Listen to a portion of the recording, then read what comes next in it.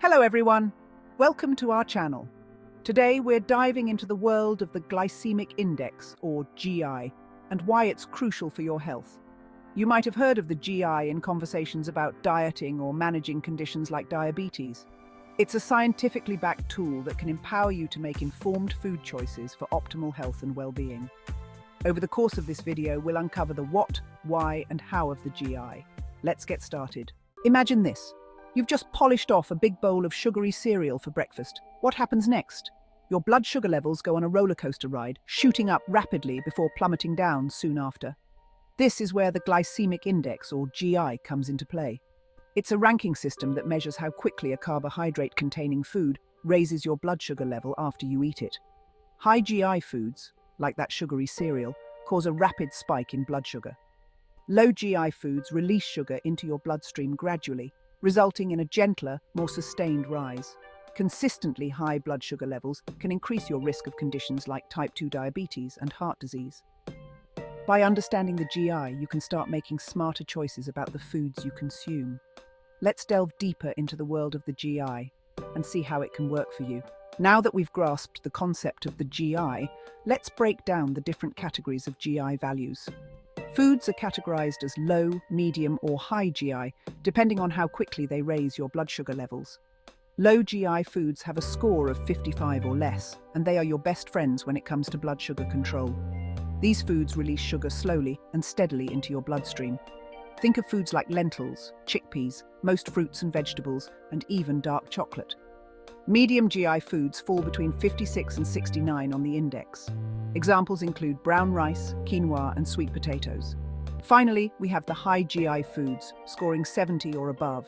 These are the ones that send your blood sugar soaring, often leaving you feeling energized for a short burst, but then crashing soon after. Sugary drinks, white bread, processed breakfast cereals, and potatoes. These are all prime examples of high GI culprits. Being mindful of their impact on your blood sugar levels and consuming them in moderation is key. The goal is to find a balance that works for you, incorporating more low and medium GI foods into your meals and snacks. So, we've covered what the GI is and how it's categorized. But you might be wondering, why is this relevant to me? For individuals with type 2 diabetes, managing blood sugar levels is paramount. By choosing low GI foods, you can help regulate those levels, reducing the need for medication and minimizing the risk of complications. The GI plays a crucial role in weight management too. High GI foods lead to rapid spikes and crashes in blood sugar, often leaving you feeling hungry sooner. Low GI foods provide sustained energy, keeping you feeling fuller for longer and aiding in weight control. Studies have shown that a low GI diet can have a positive impact on heart health.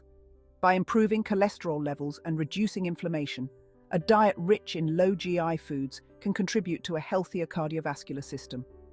Understanding the GI empowers you to make informed food choices that positively influence your overall well-being. Let's clear up a common misconception. Not all foods have a GI value. The GI specifically measures how quickly carbohydrate-containing foods raise your blood sugar levels. Foods that don't contain carbohydrates, such as meat, fish, eggs, and oils, don't have a GI ranking.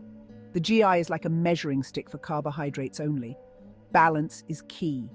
Carbohydrates are an essential part of a healthy diet, providing your body with energy.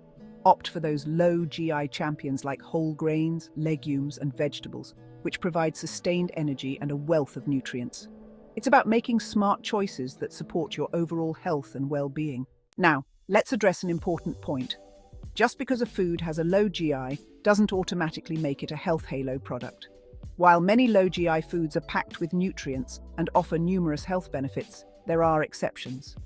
Some processed foods might be low GI, but are high in unhealthy fats, sugar, or artificial ingredients. A classic example is fructose. While fructose itself has a low GI, foods and drinks high in fructose can still lead to health problems when consumed in excess. The key takeaway here is to look beyond the GI score and consider the overall nutritional value of a food. Read food labels carefully, paying attention to the amounts of sugar, saturated fat, sodium, and fiber. Always prioritize whole, nutrient-rich foods as the foundation of your diet. Let's make this practical, shall we? Here are some specific examples of foods that fall into the low and high GI categories.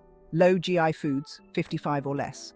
Legumes, lentils, chickpeas, kidney beans, black beans. These are all excellent sources of protein and fiber. Whole grains. Swap out white bread for whole grain bread and opt for brown rice, quinoa, and oats. Most fruits and vegetables. Berries, apples, pears, leafy greens, broccoli, carrots. Fill your plate with these colourful and nutrient-rich options. Nuts and seeds. Almonds, walnuts, chia seeds, flax seeds. Great for snacking and adding to yogurt or salads. Dark chocolate, 70% cocoa or higher. Yes, you read that right. Dark chocolate can be a guilt-free indulgence in moderation. High GI foods, 70 or more. Sugary drinks, sodas, fruit juices, energy drinks. These are loaded with sugar and should be limited. White bread and refined grains, white bread, white rice, pastries. These are quickly digested and can spike blood sugar levels. Processed breakfast cereals. Many breakfast cereals are high in sugar and refined grains, even those marketed as healthy. Remember, this is not an exhaustive list, but it gives you a good starting point. Here's something important to remember. The GI of a food isn't set in stone. Several factors can influence how quickly a food raises your blood sugar levels. Ripeness. As fruits ripen, their sugar content increases, which can also affect their GI. For example, a ripe banana will have a higher GI than a green banana. Cooking method. How you cook your food can also impact its GI. Overcooking pasta, for example, can break down the starches, making it easier to digest and leading to a higher GI. Processed foods often have a higher GI than their whole food counterparts. For instance, instant oatmeal has a higher GI than steel-cut oats because the processing breaks down the fibers. Food combinations. Eating different foods together can also affect the overall GI of a meal. Combining a high GI food with protein or fat can help slow down the absorption of sugar into the bloodstream. The takeaway here is that the GI is a useful tool, but it's not the be-all and end-all. Now let's delve into a slightly more complex but equally important concept. Glycemic load, GL. While the GI tells you how quickly a food raises your blood sugar, the GL takes into account both the GI and the portion size of the food. Think of it this way. Watermelon has a high GI, but a typical serving of watermelon has a relatively low GL because it contains a small amount of carbohydrates. On the other hand, a large baked potato, while having a lower GI than watermelon, has a high GL because of its significant carbohydrate content. To calculate the GL, you multiply the food's GI by the number of carbohydrates it contains per serving, and then divide by 100. A GL of 10 or less is considered low, 11 to 19 is medium, and 20 or more is high. So, while the GI is a helpful starting point, paying attention to the GL can give you a more accurate picture of a food's impact on your blood sugar levels. Understanding the interplay between GI, GL, and carbohydrate quality empowers you to make the most informed choices for your health. We've covered a lot of ground today, from understanding what the glycemic index is, to exploring its impact on our health, and how factors like cooking methods can influence it. Remember, the GI is a powerful tool for making healthier food choices.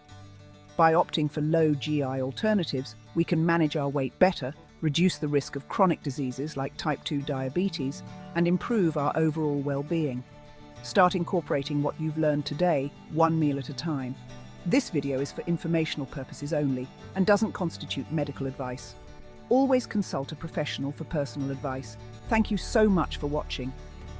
If you found this video helpful and informative, don't forget to hit that like button, subscribe to my channel, and hit that notification bell so that you won't miss out on any of my future videos.